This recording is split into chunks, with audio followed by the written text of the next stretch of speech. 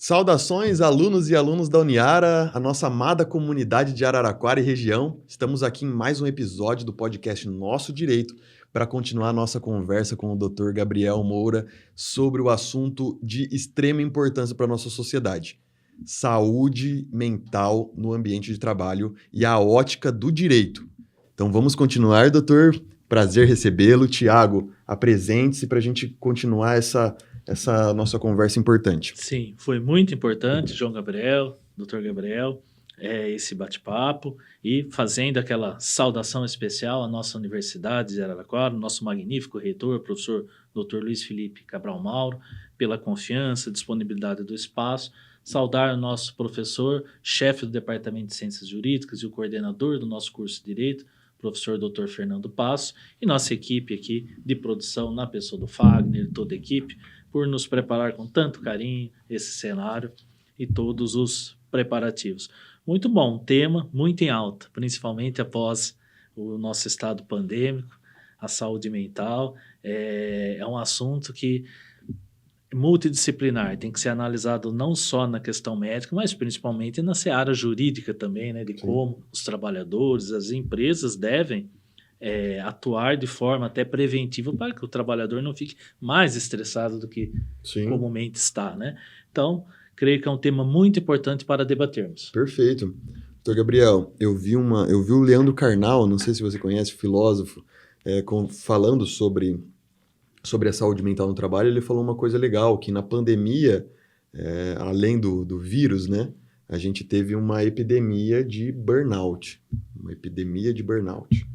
As pessoas ficam doentes trabalhando, em massa. E a gente esperava que com o avanço da vacina, isso iria melhorar, as coisas iriam retomar a normalidade, mas na verdade transformou de epidemia para endemia. E agora só parece que com esse avanço da internet, da globalização digital de informações, a gente vê uma piora crescente da doença mental no ambiente de trabalho, né, Tiago? Sim. E a dificuldade da gente lidar sobre esse assunto, o preconceito que gira em torno da depressão, da ansiedade, do burnout dentro do ambiente de trabalho. E eu gostaria, doutor, você, mais do que ninguém, vai poder nos comentar sobre isso conosco, sobre a ótica do direito, como você vê a saúde mental no trabalho sobre a ótica do direito e o que você enxerga em relação às empresas, ao trabalhador, como isso pode ser explicado aqui para a nossa audiência. Dr. João, Dr. Tiago, obrigado mais uma vez. Espero voltar aqui mais vezes, porque eu me senti muito confortável, me senti Legal. como se eu estivesse em casa. E eu quero fazer um elogio a vocês dois aqui, porque vocês têm uma sensibilidade para escolher o tema e as notícias de uma maneira que eu não vi em outras emissoras que eu já frequentei. Olha, essa questão do Leandro Carnal que você falou, ela cria um paradoxo, sabe? Porque na pandemia, todo mundo pensou o seguinte, ó, com o home office, as pessoas vão ficar mais próximas da família, vão trabalhar em casa, vai ser melhor para a saúde mental. E aconteceu justamente o contrário. Pior. Por quê? Porque as pessoas já não tinham mais aquela limitação da jornada, o controle de ponto, não tinham os horários para intervalo, o horário de sobreaviso ficou prejudicado, porque o horário de sobreaviso, quando você tem um controle de ponto no estabelecimento físico da empresa, é fácil comprovar. Por exemplo, picou o ponto para sair, mandou mensagem após o expediente, já fica caracterizado ali o horário de sobreaviso. Quando você está no home office, essa questão do horário de sobreaviso ficou muito difícil de ser reconhecida. Então, achei muito pertinente, achei que você pincelou muito bem esse tema aí, porque ele traz um paradoxo, né? Ele traz uma contradição. Assim, pós-pandemia, né? Pós-trabalho home office, não eram para as pessoas estarem mais descansadas, mais aptas, mais felizes, né? E não foi bem isso que aconteceu.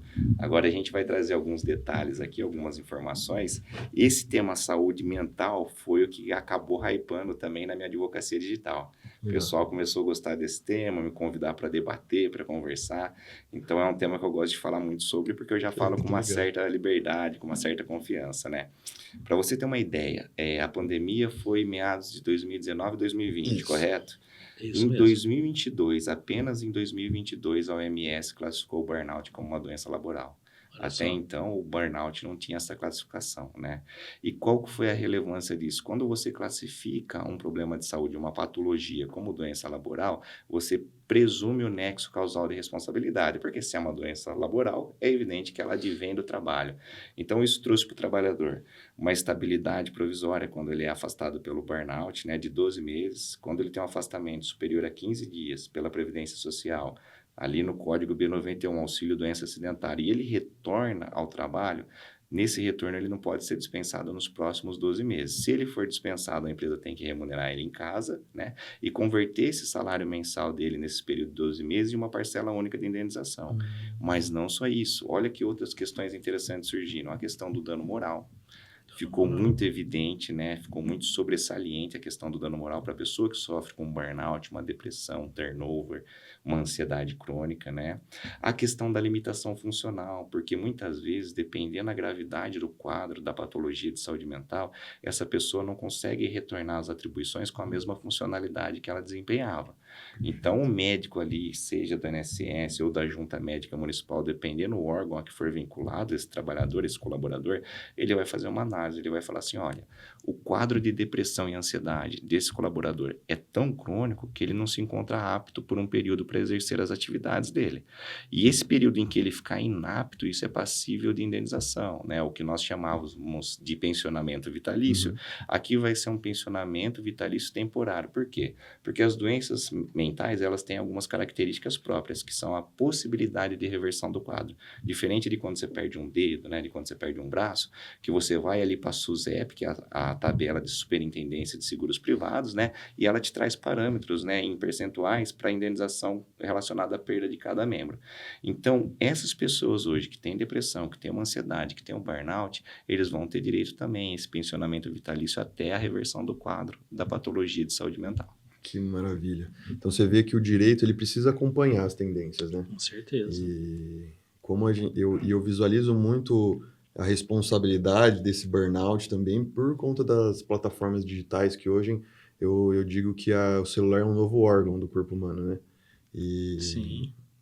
E a possibilidade, por exemplo, do funcionário tá no banheiro, no seu momento de descanso, mas ele tem a possibilidade de estar respondendo uma tarefa do chefe, de Exato. trabalhando, de conversando com o subordinado. Então, não tem hoje, por conta do celular, das Sim. plataformas digitais, não tem hora para trabalhar, né, doutor? Exato, doutor E isso João. traz essas consequências do burnout, do excesso e a falta do descanso, né? A gente já não...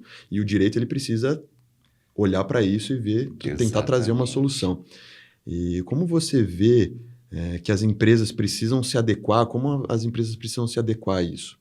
Você acha que pelo olhar do direito, existe algumas normas que exigem que elas tomem algumas medidas e também algumas dicas de comportamento que podem melhorar o ambiente de trabalho por conta dessas questões? Doutor João, perfeita a sua colocação. Vamos lá, né?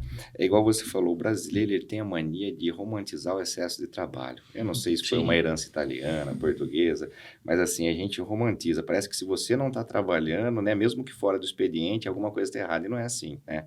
Como eu disse na minha experiência lá na Europa, o pessoal deu horário, encerra tudo, fecha o estabelecimento, não tem hora extra, não tem nada, encerra, né? Se você não quiser trabalhar lá, você tem mais liberdade também, você só não é remunerado pelo dia que você não foi trabalhar. Então, eu percebi que eles priorizam muito a saúde, né? Em detrimento de algumas questões, às vezes, relacionadas ao próprio trabalho. Agora, nessa outra questão, o que as empresas podem fazer para evitar essa responsabilização? Pergunta perfeita. Com o advento da as alterações implementadas na NR1 e na NR17, surgiram agora algumas obrigações para os empresários, né? Essas normas são normas regulamentadoras de saúde, higiene e segurança do trabalho. Até então, elas só mensuravam agentes químicos, né? Produtos químicos que eram cancerígenos, prejudiciais à saúde, agentes físicos como ruído, calor e agentes biológicos. E a questão da saúde mental era negligenciada no ambiente de trabalho. Só que o número de adoecimento foi tamanho que o INSS, o Ministério da Previdência Social, fez um levantamento em 2025, né? Em 2024, o caso de afastamento são quase 40 milhões de colaboradores afastados por burnout, com a CID do burnout, recebendo aí auxílio da Previdência Social, né? Que é o chamado auxílio doença acidente acidentário. E isso onerou demais os cofres públicos. E eu costumo falar que toda vez que você mexe no bolso, Sim. você Nossa. consegue chamar a E atenção prejudica devida. até a própria empresa, né? Porque se é uma Exato. empresa pequena, ela tem que Exatamente. manter, ela sabe que depois aquele funcionário vai retornar, ela tem que contratar um terceiro funcionário, Ex- até na empresa, né? Dói no bolso também, né? Exatamente, porque ela não pode desligar o funcionário, né? Exatamente. Ela tem que continuar recolhendo a FGTS, é uma das obrigações em razão da Sim. doença ocupacional. Então, onera até a própria empresa. Então, quando você toca no bolso do brasileiro, você toca no coração dele indiretamente, Exato, né? é verdade. Aí o governo falou, peraí, tá onerando demais aqui os cofres públicos. O empresário falou, peraí, eu tô com muita gente afastada por questão de saúde Exatamente. mental. Então, vamos dar devida atenção ao tema, vamos começar a olhar com mais minuciosidade, né, com mais detalhes para essa questão de saúde mental. E a INR 17 falou o seguinte, ó, a partir de agora, os empresários vão ter que mapear, classificar e identificar esses riscos relacionados à saúde psicossocial. O que seriam esses riscos? Ó, a gente tem uma empresa, tem uma companhia que a situação de assédio moral é recorrente. Pô, é um risco, né? Ou a gente tem uma empresa, tem uma companhia que a questão de assédio sexual é recorrente. O assédio sexual, além de atingir a intimidade, a honra e a sexualidade da pessoa, ele atinge também a saúde mental, né? Com certeza. É uma das partes mais afligidas para quem sofre a questão do assédio Até a sexual. primeira, né? Exatamente. Então, aí o empresário ele vai ter que mapear esses riscos, por exemplo, ó, sobrecarga emocional. Poxa, você tem um trabalho que ele é gestor, um trabalhador, um colaborador, ele é gestor de equipe.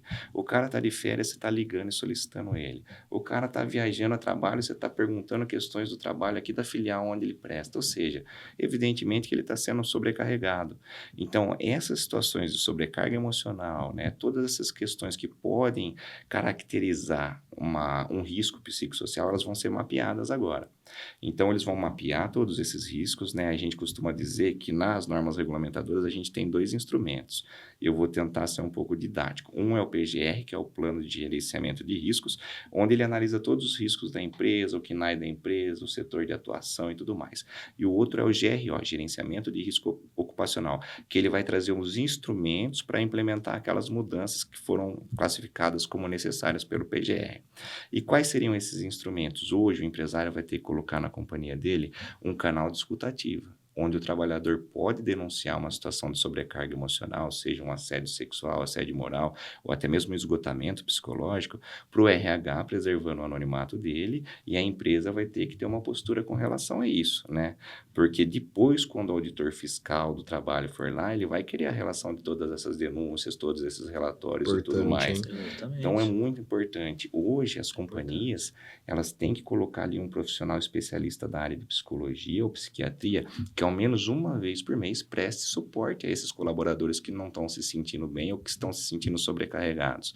Então, são muitas mudanças aí que o empresário tem que se atentar. Ele vai ter que implementar. Uma das mudanças mais legais que eu achei foi a questão de fazer o treinamento para liderança saudável, sabe? Porque hoje a gente vê na internet o pessoal falando que todo mundo é líder. Não, eu sou líder, eu tenho Sim. visão de líder, mas o bom líder é aquele que se preocupa com a saúde mental do seu colaborador. Tem razão. Então, isso é muito importante, essas mudanças que foram implementadas. Agora, um aviso aí, um recado para os empresários. Olha, esse primeiro momento de vigência da norma, ela entrou em vigor dia 26 de maio de 2025. Porém, ela só Muito vai... recente, né? Exatamente, ela só vai ser cobrada dia 25 de maio de 2026. Ou seja, eles têm Tem um aí um prazo. prazo de 12 meses para promover essas adequações. No primeiro momento, o auditor do trabalho, o delegado do trabalho, ou o Ministério Público do Trabalho vai falar o seguinte, ó, eu analisei aqui a estrutura da sua empresa, o KNAI e tudo mais, né? Eu verifiquei que a gente está tendo uma recorrência aqui em questões de saúde mental. Eu preciso que você faça essa e essa mudança. Então, ele tem esses 12 meses, porque o primeiro momento vai ser uma vigência educativa, né? Elucidativa. Não vai ser aquela vigência já sancionadora da norma. Agora, a partir de maio de 2026, aí começam valer. as autuações, as cobranças, então é importante que os empresários saibam disso. Caramba, é uma Muito coisa importante, muito né? importante, né? Importantíssimo mesmo. Porque a saúde mental do trabalho, como já bem dito por vocês, é uma questão econômica também, né? Sim. Uma questão que interfere a economia diretamente. Sim. E claro, a empresa, no final das contas, ela está visando lucro, né? Ela quer lucrar, ela quer se desenvolver, ela quer crescer, e aí a gente encontra desafios, né? A empresa encontra desafios ao entender como que eu vou promover um ambiente de saúde mental se eu preciso de produtividade, se eu preciso produzir. Mas é um raciocínio errado, e você me corrige, doutor Gabriel, que se você promove doenças mentais através da sua rotina de trabalho, você automaticamente interfere na sua performance empresarial. João, perfeito, perfeito. Sabe por quê? Um colaborador produtivo é um colaborador saudável, não é Sim, verdade? Sim. Se você tem muitos afastamentos, você tem que remunerar colaboradores em casa ou afastados, e quando eles retornam, eles não vão retornar no auge da produtividade, não é verdade? Porque assim, o empresário, a gente tem uma cultura que é uma cultura muito peculiar nossa também no Brasil. Tudo ele enxerga como gasto. sim. Contratar um advogado é gasto, Gasto. né? Implementar aí uma PGR, um GRO, eu vou ter que contratar um técnico de segurança e um engenheiro de segurança do trabalho Só é como gasto. custo, né? E não como Exato, investimento. e Né? isso é investimento, porque o maior capital que uma empresa tem é o capital humano. Eu desafio alguém me falar uma grande corporação que é feita de uma pessoa só. Não tem existe. como. Possível. Doutor Gabriel, e nós podemos observar também que adoecem não só os funcionários, mas os funcionários em si, mas os chefes também, né? Chefes e líderes também adoecem. Então é uma questão que realmente tem que ser muito bem observada. Né? Quanto mais a responsabilidade, mais peso, Sim, né, o né? profissional carrega. Perfeito, doutor Tiago, perfeito, João, igual vocês falaram. Assim, os maiores índices, a gente tem um estudo, né, das principais classes que foram afligidas, mas também a gente tem um estudo dos principais cargos. E os principais cargos onde as pessoas têm depressão, ansiedade e às vezes cometem até o suicídio, está entre os CEOs. Os CEOs das grandes companhias, porque é a primeira pessoa no qual vai ser descarregada toda a responsabilidade, toda a cobrança. A cobrança. Ele é chamado de trincheira, né? A faixa de gás ali da situação. Ele recebe toda aquela situação de cobrança, de exigência, e ele tem que repassar para os colaboradores, repassar de uma maneira correta também, para que ele não responda por um assédio, né, moral. Imagina a responsabilidade do gestor, do CEO. Essa colocação de vocês foi perfeita. Sim. E a gente via muito isso, né? Principalmente até os leigos, né? Os nossos ouvintes, telespectadores, que estão em grandes instituições bancárias, né? A gente via isso muito factídico, né? Essa postura, essa cobrança, né? Muito, doutor Tiago. Eu vou até antecipar uma questão da pauta aqui, que seria das classes mais afligidas, né? E dentre essas classes aí, o bancário está entre as classes mais afligidas por questões de saúde mental. Por quê? Porque o bancário, eles têm metas que se renovam praticamente a cada 3 meses. Essas metas, na maioria das vezes, doutor João, doutor Tiago, são abusivas. E esse bancário, às vezes, ele não tem o instrumento necessário, a infraestrutura necessária para conseguir alcançar essas metas. Então, você imagina o estado psicológico desse cara que trabalha no banco, que trabalha no setor financeiro, seja uma fintech, seja uma grande corporação, né, um grande banco aí já consolidado. Imaginou a sobrecarga mental desse profissional? Metas inalcançáveis que acaba gerando um ciclo de insatisfação pessoal, né? Imagina só. Exatamente. Isso interfere no próprio lar, interfere na criação dos filhos e realmente é uma questão muito necessária para a gente debater, né, doutor? E o que você diria, até entrando um pouco nas consequências, né? Nas consequências que as empresas elas podem sofrer dentro da justiça do trabalho mesmo, de um funcionário ali que está sendo negligenciado em relação à saúde mental, até para alertar as empresas, para dizer que não é uma coisa, não é besteira, né? Sim. O preconceito que a gente tem sobre as doenças mentais não é besteira, precisa estar atento, e até para justificar um investimento nessas adequações. Perfeito, doutor João. Eu vou trazer as consequências legais que o empresário pode sofrer, mas antes, para explicar melhor a situação, eu vou fazer a analogia com uma figura jurídica que está intimamente ligada à questão da saúde mental, que é o chamado assédio moral. Muitas das vezes as pessoas acreditam que assédio moral é aquele praticado apenas pelo superior com relação aos subordinados. Isso aí é uma inverdade. Essa é uma das modalidades do assédio moral, é o chamado assédio moral vertical. Aí nós temos também o assédio moral vertical, só que ascendente, que é aquele praticado pelos subordinados com relação aos superiores. E lá no escritório eu tive um caso bem emblemático. O que os colaboradores faziam? O superior deles, né, o gerente, o encarregado, ele tinha uma deficiência que era o encurtamento dos membros superiores. Eles faziam figurinhas com a foto desse encarregado no corpo de um Tiranossauro Rex, que tem o braço mais encurtado, e fazia rodar, espalhava essas figurinhas. O que aconteceu com esses colaboradores? Eles foram demitidos por justa causa e tiveram que indenizar, né, o superior, porque assim, Eles entram, evidentemente, com uma ação contra a empresa, mas depois a empresa vai entrar em regresso contra esses colaboradores. Então, olha como é que repercutiu essa questão aí do assédio moral. E aí nós temos outras duas figuras de assédio moral que é muito importante. A gente tem o assédio moral horizontal, que é aquele praticado por colegas que se encontram no mesmo patamar hierárquico, é o chamado bullying, né? E o sistêmico. O sistêmico é aquele que já virou uma questão de assédio moral institucionalizado, ou seja, no ambiente de trabalho ninguém se respeita. Você vai ter situações de assédio moral na produção, no RH, na gestão, né, no comércio exterior, em todas as situações. E quando o Ministério Público do Trabalho ou o Auditor do Trabalho identifica a questão, né, do assédio moral sistêmico, isso aí dá uma indenização coletiva por danos morais que a gente costuma chamar de dumping social em patamares elevadíssimos. Então, voltando aqui à questão das consequências jurídicas, o que pode acontecer com o empresário que não observar isso aí? Primeiramente, ele pode ser autuado aí pelo Ministério Público do Trabalho, delegado do trabalho, auditor do trabalho. O funcionário vítima aí das questões que afligiram a saúde mental dele pode pleitear uma indenização por danos morais, danos materiais, limitação funcional, pensionamento vitalício e estabilidade. Então, as consequências são muito sérias, doutor João. Pesadíssimas, né? Como eu costumo dizer, não é um gasto, é um investimento. É um investimento. Doutor, só aproveitando esse gancho, abusando de vossos conhecimentos, que são muitos, por exemplo, um boicote da equipe contra um gerente, um supervisor, também seria Caracteriza uma situação de assédio moral vertical ascendente dos subordinados com relação eles superior. se juntam para, vamos dizer, derrubar aquele gerente. Exatamente. Isso é muito comum, as pessoas não sabem disso, às vezes exatamente. negligenciam dessa situação, às vezes o superior ali, o gerente, coitado, né? Está quase pedindo demissão sem saber que ele podia utilizar desse instrumento jurídico, dessa ferramenta jurídica. Está sofrendo ali um boicote, né? Exatamente. A empresa saber que ela tem riscos financeiros e riscos de produtividade, né? A saúde mental hoje é importantíssima. E para a gente finalizar o nosso episódio e finalizar essa conversa maravilhosa, gostaria que você desse um conselho, tanto para os trabalhadores, para as empresas e também, se possível, para os futuros advogados aí da esfera trabalhista, dizer que é um campo aberto, né, de se trabalhar e com certeza vai precisar de novos operadores do direito para lidar com essas novas tendências. Com certeza. Para a gente finalizar essa conversa, por favor, doutor. Perfeito, doutor João. O conselho que eu tenho a dar, tanto aos empregados quanto aos colaboradores.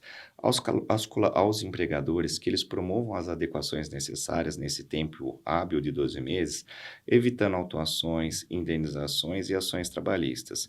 Aos empregados, que não negligenciem da sua saúde mental, porque eu costumo dizer, o trabalho é importante, é do trabalho que provém o nosso sustento, a gente sabe a importância do nosso salário. Só que o dinheiro, às vezes a gente recupera, a saúde, nem sempre. Agora, aos meus queridos acadêmicos aí do curso de Direito, sobretudo da Uniara, que eu também fui acadêmico do curso de Direito um dia, se vocês estiverem em dúvida sobre qual carreira escolher, como escolher a sua profissão, se você vai advogar ou prestar concurso, lembre sempre de uma coisa.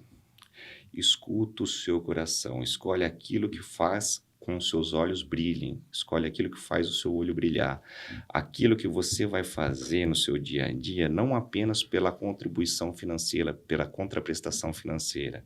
Eu costumo dizer, se você tem vocação para ser um delegado, gosta de investigar, presta concurso. Se você tem vocação para atuar no Ministério Público, né, oferecer ações, defender o patrimônio social, o patrimônio público, presta um concurso. Se você tem vocação para a magistratura, também presta um concurso. Agora, se o que movimenta o seu coração, se a fagulha que acende dentro de você é realizar, às vezes, a justiça em prol de uma pessoa que não tinha ninguém para ser ouvida e você é a primeira pessoa que vai ouvir ela, ou puxando a situação um pouco mais para o meu lado, se aquilo que movimenta o teu coração é defender um trabalhador, é realizar justiça para esse trabalhador. Como eu disse, eu não tive a oportunidade de defender o meu avô, que era um faxineiro, mas todo dia o universo me devolve a oportunidade de defender um faxineiro como eu poderia ter feito para o meu avô. Dessa maneira eu entrego o melhor.